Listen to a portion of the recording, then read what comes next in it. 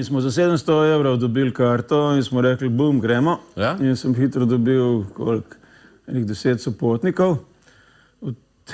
Dva mladoporočenca med drugim. Takrat se je dal še rezervirati predvsem naprej karto, pa da se še pozmišljati, kar se danes že ne da več.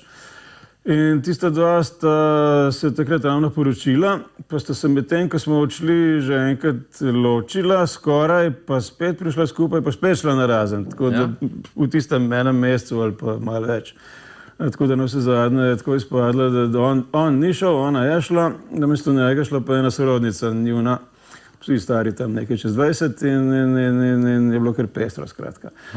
No, in smo prileteli na, čakaj, se bomo tam le zemljevid, pa lahko pogledamo, kje sploh smo. Ne vem točno, kje je Tahiti. Ne vem, nimam pojma. V Južni Evropi mogoče. Aha, evo. Glej, tam le čisto levo spodaj, če vidiš, tista črta, ki se odpele od Los Angelesa dol na jug, tam je ena taka črtica, to pomeni, da smo skakali z enega otoka na drugega.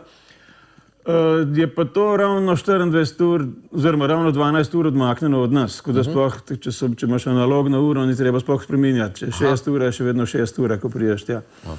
Skratka, kar zanimiva zadeva, da mogoče bova pogledala potem še tisti kratki video, ki nam pokaže potem še otoke same. Pol bova šla pa še pogledati prav kakšen video od tam. No, zdaj lahko pogledaš, vidiš, da je Tahiti Nui pa Tahiti Iti, sta dva otoka, iz katerih pravzaprav sta povezana rahlo, čeprav sta nekako se šteje, da sta kukar dva. Slučajno veš, kaj je tole? Smisli si nekaj, kaj ne? Lovarjev list. Ne, pač pa Bora. Za njo si sigurno že slišal. Tole je še en lovarjev list. To je pa Maupiti.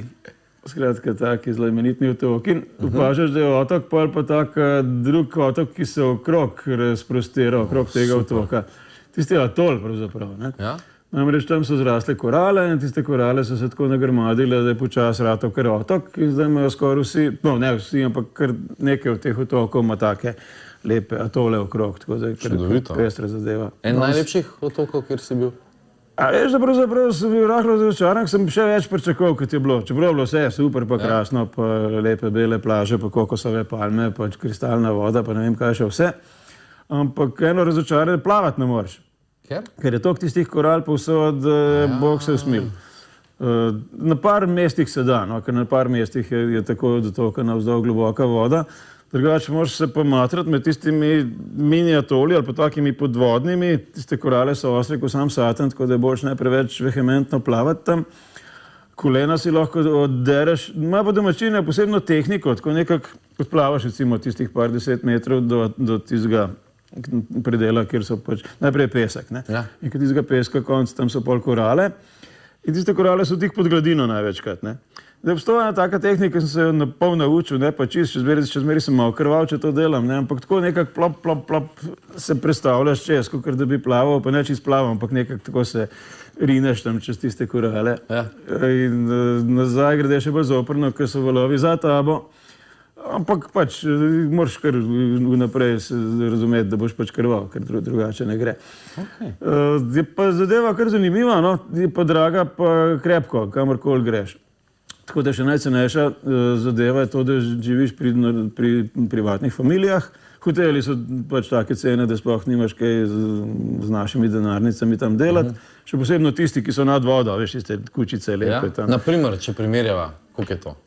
Veš, kako je, pri teh hotelih je tako, zmeraj imaš eno uradno ceno, pol se da pa zmeniti. In včasih tisto, kar se da zmeniti, je tudi več kot 50%, če nimajo dosti gostov. Tudi se po Evropi isto v bistvu. Bolj, ko so dragi hoteli, bolj se da zmeniti.